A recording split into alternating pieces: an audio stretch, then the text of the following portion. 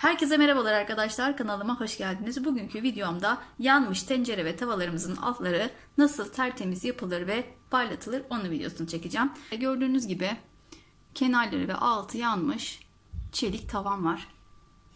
Onun için güzel bir karışım hazırlayacağım şimdi. 3 tatlı kaşığı Arap sabunum var. Hemen ekliyorum.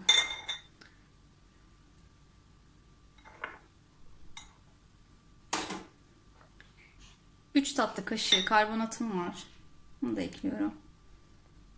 Ve 1 tatlı kaşığı da zeytinyağım var. Bu zeytinyağı parlaklık vermesi için bunu güzelce karıştıracağım şimdi.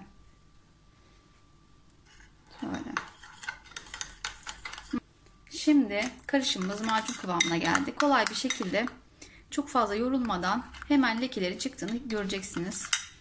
Öncelikle bunu altını ocakta ısıtıyoruz. Tavamızın altını 1 dakika boyunca ısıtıyoruz. Bunun nedeni de yağ lekelerinin, kirlerin daha rahat çıkması.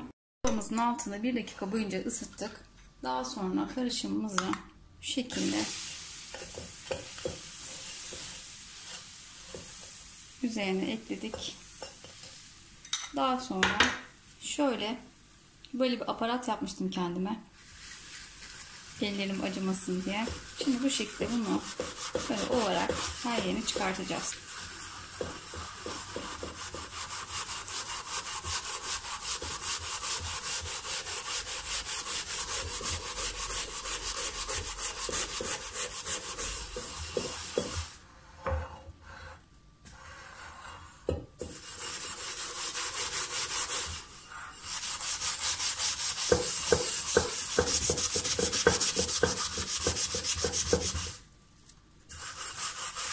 Eğer böyle bir aparatınız yoksa elinize mutlaka eldiven geçirin. Yoksa eliniz yanar. Ya da benim gibi böyle bir aparat yapabilirsiniz. Çok kolay. Bunun videosunu da çekmiştim.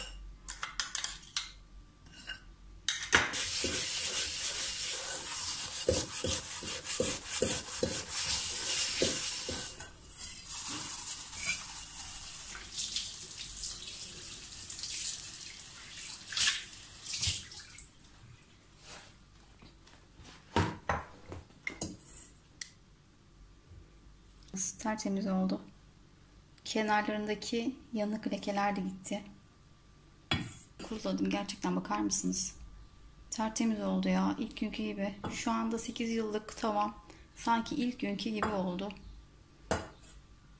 Bütün yanık lekeleri gitti. Bakın.